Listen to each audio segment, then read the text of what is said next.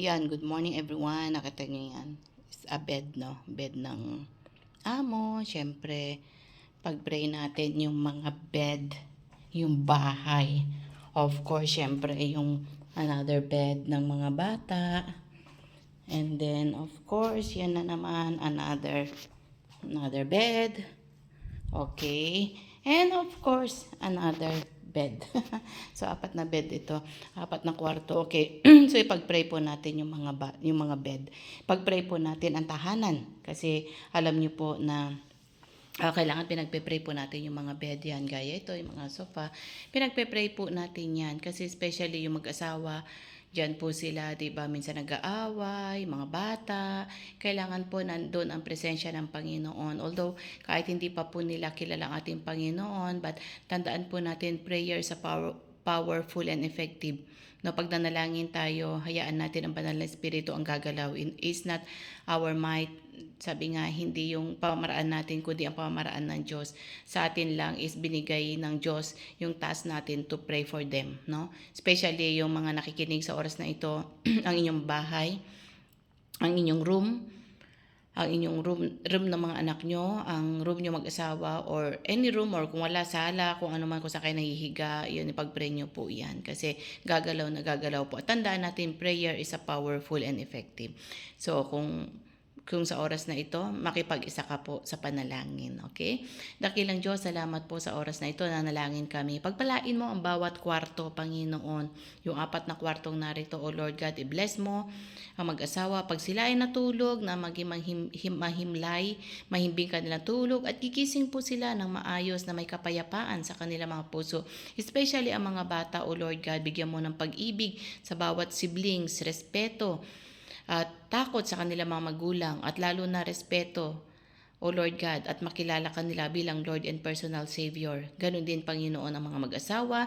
I-bless na magkaroon ng forgiveness, ng love, ng joy, ng peace, at sila, Panginoon, at haligi at ilaw ng tahanang, Panginoon. Kaya ikaw, bigyan mo sila knowledge, wisdom, understanding, paano patakbuhin, paano nila palakihin ang kanilang mga anak. At sa oras na ito, yung mga nakikinig dyan, Panginoon, yung sa kabilang yan, i-bless mo ang kanilang tahanan, i-bless mo, Panginoon, ang kanilang higaan, ang mga rooms, ang mga anak nila, sila mag-asawa. At ganoon din kung sila ay nag-iisa, let, O Lord, comfort mo sila. At pagpalain mo kung ano man yung nasa puso nila, let it be, O Lord God. Granted it in your perfect time, O Lord God. Ganon din, Panginoon, ang sala, ang kusina nila, O Lord God, ang tahanan nila, ang buong tahanan, ang house, ang home, Panginoon, na magkaroon ng love and peace sa home, O Lord God. At yung structure ng kanilang tahanan, ang kanilang house, ingatan mo, Panginoon, i-bless mo, O Lord God, at hawakan mo, Panginoon, sa mga anghel na hawakan at i-bless sila, O Lord God. Father, wala pong imposible sa iyo, at alam po namin na gumagalaw ka, at alam po namin na prayer is a powerful and effective. Prayer is availeth much, O Lord God. Ito ang aming sandigan.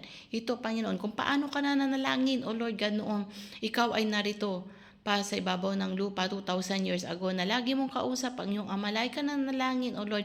Yung kinukuha mo mga instruction ng iyong ama, O Lord, at go on ka sa ministry mo, Panginoon. Right now, O Lord God, kami rin ay nanalangin sa iyo. Ano man ang mga instruction mo, Panginoon, ibigay mo sa bawat isa sa amin, O Lord, sa mga nakikinig sa oras na ito, at gawin po nila, O Lord God, ang ipanalangin, i-anoint ang kanilang mga tahanan, ang kanilang bahay, from the window, from the door, O Lord God, from the sofa, from the kitchen, the rooms, the toilet, O Lord God. And even, O Lord God, the table, the kitchen, yung mga foods nila, the ref, O Lord God, Father, bless it, O Lord God, and granted it. Let your peace, O Lord God, peace, the shalom, shalom, be upon you, O Lord. Let, O Lord God, the Holy Spirit presence be upon them, O Lord God. And even, Panginoon, whatever the bad things in their house, Father, we rebuke in the name of Jesus, O Lord God. Whatever yung mga pinasok nila, whatever the cast out of their mouth, Father, we rebuke in the name of Jesus. At halaan mo lang ang presence mo, hayaan mo lang, Panginoon, ang daluyan mo, ang kapayapaan mo, ang siya manaig sa mga tahanan ng bawat isa, lahat ng nakikinig sa oras na ito diyan. Salamat po sa pangalan po ni Jesus. Amen, amen. Shalom, shalom, and God bless you all. Bye for now.